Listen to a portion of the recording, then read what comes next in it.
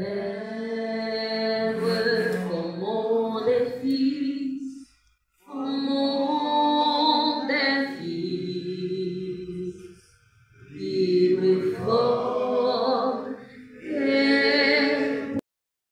À cette importante rencontre de bilan de l'Observatoire communautaire des services liés à la tuberculose et au paludisme. Cette journée marque une étape significative dans notre engagement commun visant à améliorer la qualité des services de la santé pour les populations les plus vulnérables de notre pays, particulièrement les personnes vivant ou exposées à la tuberculose et au paludisme dans un contexte où les défis sanitaires, économiques et sociaux sont interconnectés. Permettez-moi tout d'abord de remercier chacun d'entre vous d'avoir répondu présent à cette invitation, en dépit de l'environnement difficile que nous connaissons tous. Votre présence ici témoigne d'un engagement fort en faveur du droit à la santé, du suivi citoyen des politiques publiques et de la transparence de la mise en œuvre des services de santé communautaire. Depuis sa mise en place, le 10 décembre 2020, l'Observatoire communautaire des services VIH, d'abord, ensuite tuberculose et malaria, n'a cessé de renforcer les capacités des organisations membres, de collecter des données de terrain fiables, de produire des rapports rigoureux et de favoriser un dialogue structuré entre les communautés et les prestataires de soins. Ce travail, quoique souvent discret ou heurté à des coûts ou à un manque de fonds, affiche un impact concret et mesurable. Il éclaire les dysfonctionnements, valorise les bonnes pratiques et propose des pistes concrètes pour améliorer l'accès, la qualité et l'efficacité des services de santé.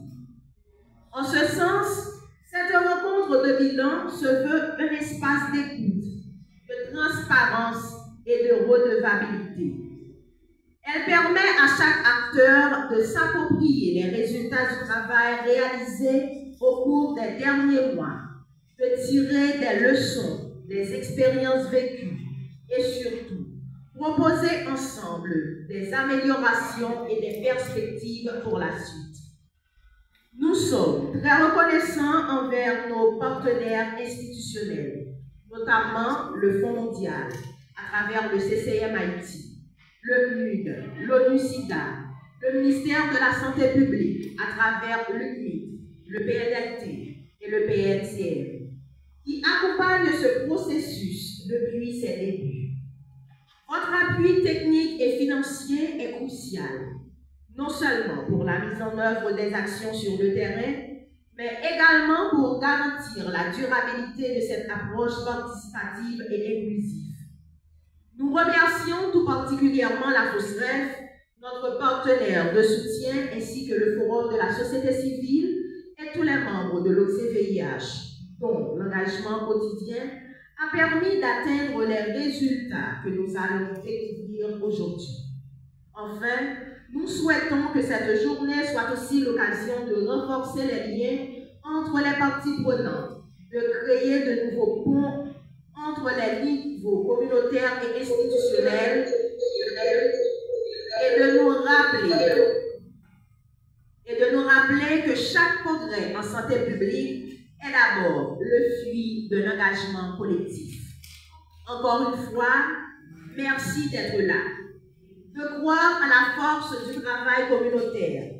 Merci de contribuer à faire de la santé un droit effectif pour tous et non un privilège pour quelques-uns.